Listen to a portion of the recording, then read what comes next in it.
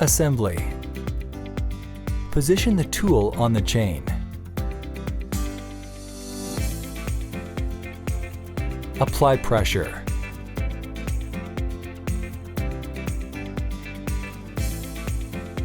Disassembly.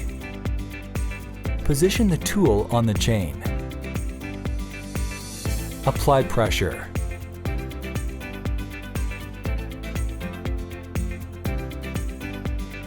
Remove pin.